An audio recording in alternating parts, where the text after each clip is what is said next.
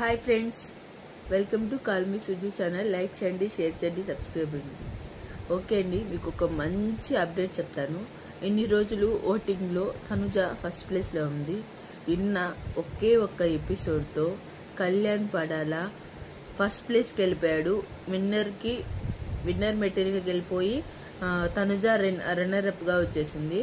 అసలు నిన్న ఎపిసోడ్ ఏమన్నా జరిగిందా చెప్పండి? అసలు ఏమైనా మాస్ బయట డిమాండ్ పవంది, కళ్యాణ్ది. రీతు అయితే అందరినీ రెచ్చగొట్టి అరిచి అరిచి అరిచి అరిచి అందరినీ రెచ్చగొడుతుంది.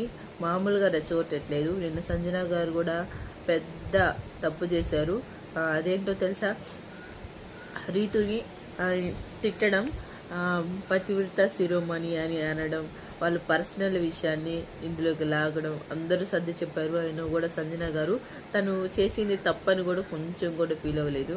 ఫస్ట్ ప్లేస్లో ఓటింగ్ గురించి కాబట్టి ఫస్ట్ ప్లేస్లో కళ్యాణ్ పడాల ఫస్ట్ ప్లేస్లో ఉన్నాడు. తనుజ సెకండ్ ప్లేస్లో, ఇమాన్యుల్ థర్డ్ ప్లేస్లో ఉన్నారు. వీళ్ళు ముగ్గురైతే 1, 2, 3గా రన్ అవుతున్నారు. ఆ తర్వాత భరణి గారికి ఓట్లు ఎక్కువ పడుతున్నాయి. భరణి గారు ఉన్నారు. ఇంకా డిమాండ్ పవన్ లేడు, అసలు ఆటలోనే లేడు. తర్వాత సంజన గారు ఉన్నారు. 4th సంజన గారు ఉన్నారు. 5th డిమాండ్ పవన్ నడుస్తున్నాడు. 5th నడుస్తున్నాడు. రీతుది కూడా నిన్న చాలా తప్పు ఉంది. సో రీతుకు కూడా 6th ఓటింగ్ అట్లా పడుతుంది. ఓటింగ్లో అయితే ఫుల్ మార్పు వచ్చేసింది. ఫస్ట్ ప్లేస్ నుంచి సెకండ్ ప్లేస్కి తనుజ వెళ్ళిపోయింది.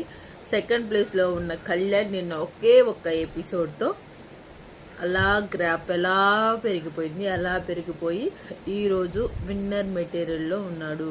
అంటే ఆట ప్రతి వీక్ మారుతుంది.